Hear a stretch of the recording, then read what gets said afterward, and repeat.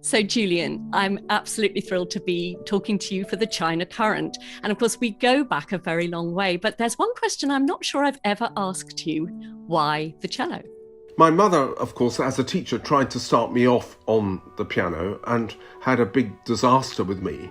I didn't enjoy playing the piano at all. Then one day I was taken to one of the children's concerts at the Royal Festival Hall, and I spotted the cello in the orchestra, and I thought this looks a far more interesting instrument to play. I still always think that cello is fascinating to watch. You can see exactly how the notes are produced, how the sound is made, how the fingers, make the notes. Some instruments, it's all a bit of a mystery, but the cello, it's right there in front of you.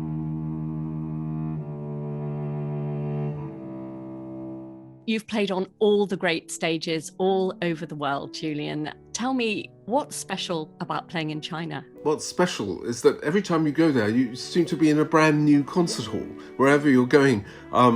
It's extraordinary what's happening there. Every city, every smaller place is opening, these new halls, whereas of course, we know in London, we've been struggling to build a new hall for, ever since the Barbican in the early 80s. So it's a completely different situation. And some of the halls are really, really good. Acoustically fantastic. I remember the one in Shenzhen is a brand new hall. That's a really, really fine hall. There's one in Guangzhou I played in. They're all new. It's a wonderful thing.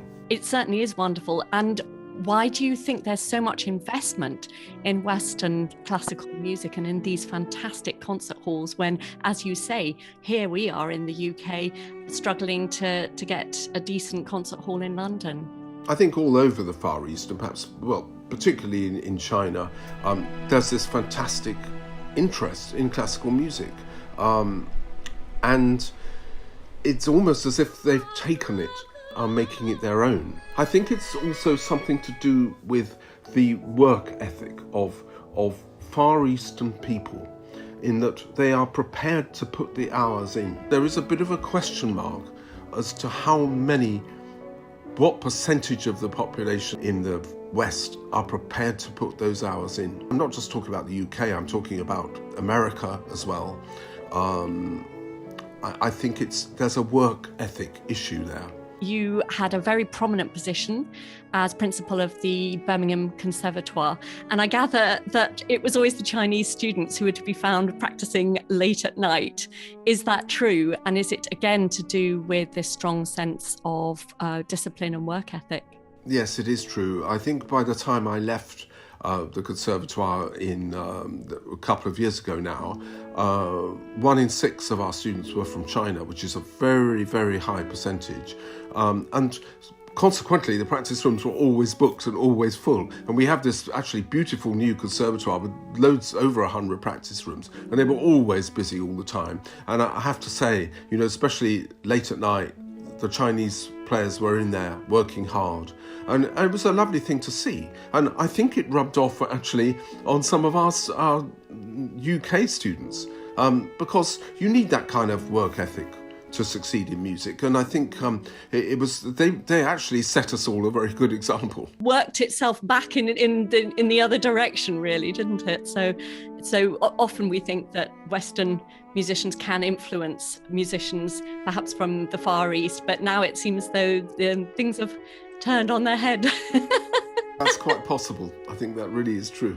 Is there one particular anecdote or experience of playing in China that stands out in your memory? I suppose my fondest memory really was premiering a new concerto for cello by Philip Glass. And it came about because I first played in China in 1999 at the Beijing International Festival. Then I worked with conductor Yu Long for the first time, and the China Philharmonic. And one thing that I've noticed going back since is how much actually the instruments have improved themselves. When I first played with the China Phil for that Philip Glass concert, I was kind of pretty aware that some of the brass instruments, some of the woodwind instruments weren't actually of good enough quality for the players. And now that's changed. They've really invested in getting very good instruments, quality instruments into the orchestra. So things are changing all the time. Julian, it's been such a pleasure to talk to you. Thank you so much for chatting for the China Current. Lovely to talk to you. I'm Tasmin Little, violinist and culture contributor for the China Current.